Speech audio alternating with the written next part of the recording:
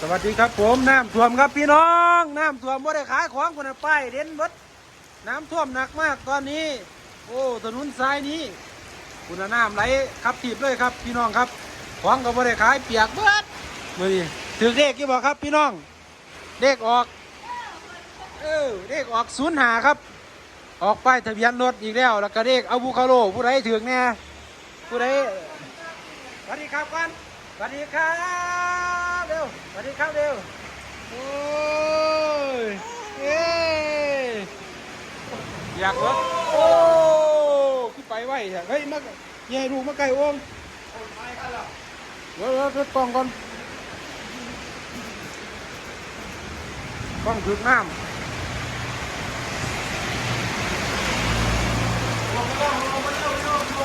น้ำรวมหมดแล้วผู้ใดถือเด็กเนี่ย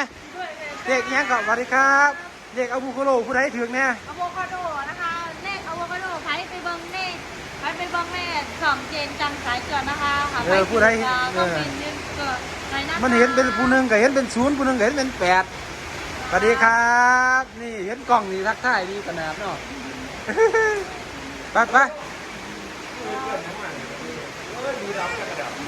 น้ำท่วมครับถือ20 บาทพี่น้องซื้อจะ05เดี๋ยวไปลงมามันอยู่บ้านเชียร์เขาหยอกอยู่ลงจักไปพี่ไปบ่ถือก็นี่ครับโอ้ย05ขายครับคุณน่ะโอ้ยไปกินเรื่องที่ใส่อะไร05นี่แหละเป็นเงินนี่มันไม่ได้เสียกอันนี้เบิ่งว่าสิถ่ายรูปเฮ้ยสิถือไปบ่ถือดีโอ้ลูกกระทำปลาย แต่ว่าใต้ดินบ่ได้ซื้อหลายซื้อ20 บาทบ่ถือครับตัวแล้วถ้าออกล่างนี่สิได้หลายอยู่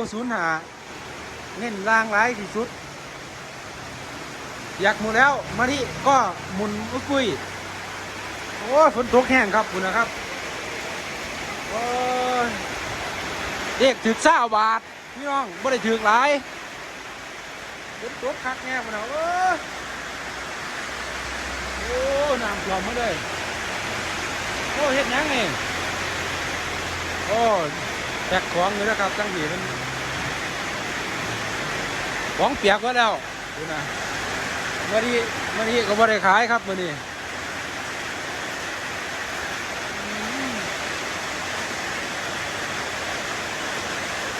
พายุเข้าครับนี่จะเสียงฝนโอ้ตกครับตกนะคุณน้ำพี่น้องอยากเบิดเป็นยังข้าวหอมทำอะไรโอ้แม็กมาดิอยู่นะครับไม่ได้ขายของฝนตกหนักมากทีเด็กที่20 บาทบ่ได้ซื้อหลายซื้อแต่ข้างล่างครับ20 บาทกับไข่กูจะไปไก่โอ่งเงินเด้อไก่อบโอ่งก็มีไก่อบโอ่งก็มีนะครับได้นี่ไก่อบโอ่งขายไก่อบโอ่งน้องครับใหม่ได้45 บาทคุณน่ะมันอุ้ยน้ำปลาได้หลากเลยถนนเปียกหมดเลยครับของบ่ได้ขายเลยครับมือได้มือบ่ได้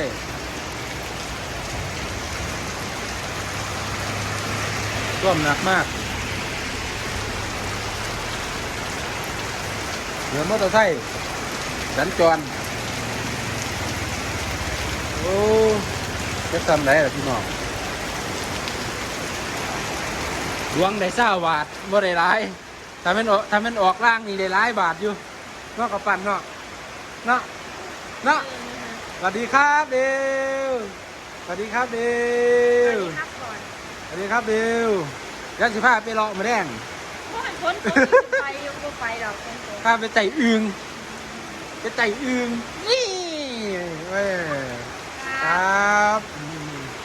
พาไปใต้อื่น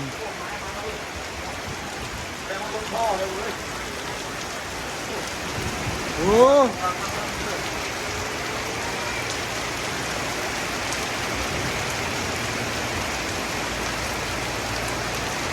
แค่นี้นะครับผู้ใดถือเด็กก็คอมเมนต์มาบอกแน่แต่ส่วนผมนี่ถือบ่หลายฝากไว้แค่นี้ละพอกันคลิปหนะโอ้คุณน่ะรถตาฝนตกแห้งมาบาทเดียวได้รถโอ้ไอพี่น้องเอ้ยเกือบเป็นหลังคาหล่มใส่รถดีนะถอยออกท่านผ้าอยู่ไงครับ เบิ้งหลังคาครับดูรถผมจอดไปนี่เมื่อกี้นี่เกือบถอยออกว่าท่านเนาะหักเลยครับคุณนะโอ้หลังคาหักครับพี่น้องนี่เกือบล่มใส่รถกำลังเลยเพิ่นมาขยับออกได้บ่เนาะคันนี่คันของผมออกไปละเกือบอันนั้นโอ้ดีนะมีแนวค้ำไว้พอดีเกือบเนี่ยมันก็ลงสิหนอถอยออกเลยเดินหน้าไปน้อยนึงแบบนั้นได้เดินไปน้อยเดียวได้อยู่หรอกโอ้หลังคาพี่น้องหลังคาหักลงเด็กพันมันหายอ่ะเด็กพันเนี่ยไอ้พันมันหายอ่ะอย่าไปจับลงไปลงเลยนะเดี๋ยวเลยมาพันก่อนเอาเด็กพันแล้วเขาออกไม่ได้ต้องเด็กพันก่อนเด็กพันไปฝนตกแห้งผ้าอยู่เขาข้าจะดีใจน้ำสื่อเรียกถือบุ้มเบิงรถใครตัวไอ้หลังคาบล่มทับรถนี่ครับเด็กออก0550นะครับผมโอ้ฝนตกแห้งหลายนะพี่น้องบรรยากาศอยากเบิดมามองจอดรถหลังคาก็ล่มลงพอดี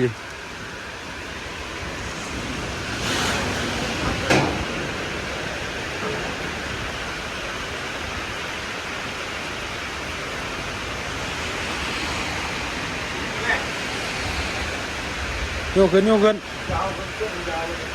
วโพดเสาวันนี้มีอยู่นะพอไปทำก็ช่วยใครรับ2,000มันไม่ขายเราทำมันมีอยู่ไอ้พันก็ช่วยโอ้ขนผ้าอยู่ใหญ่เขาครับเปียกก็เลย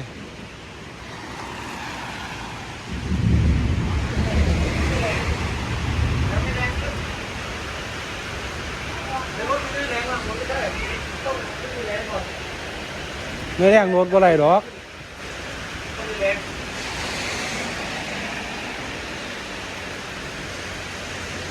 สิฮักกันตึกมั่งเลย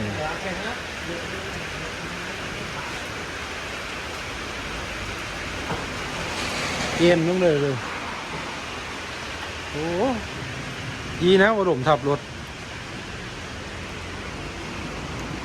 เปียกหมดเลยดูนะครับแต่ละคันรถมีแต่โอ้ผ้าอยู่ทั้งนี้แห้งเกือบครับเมื่อคืนว่าผ้าอยู่สีแห้ง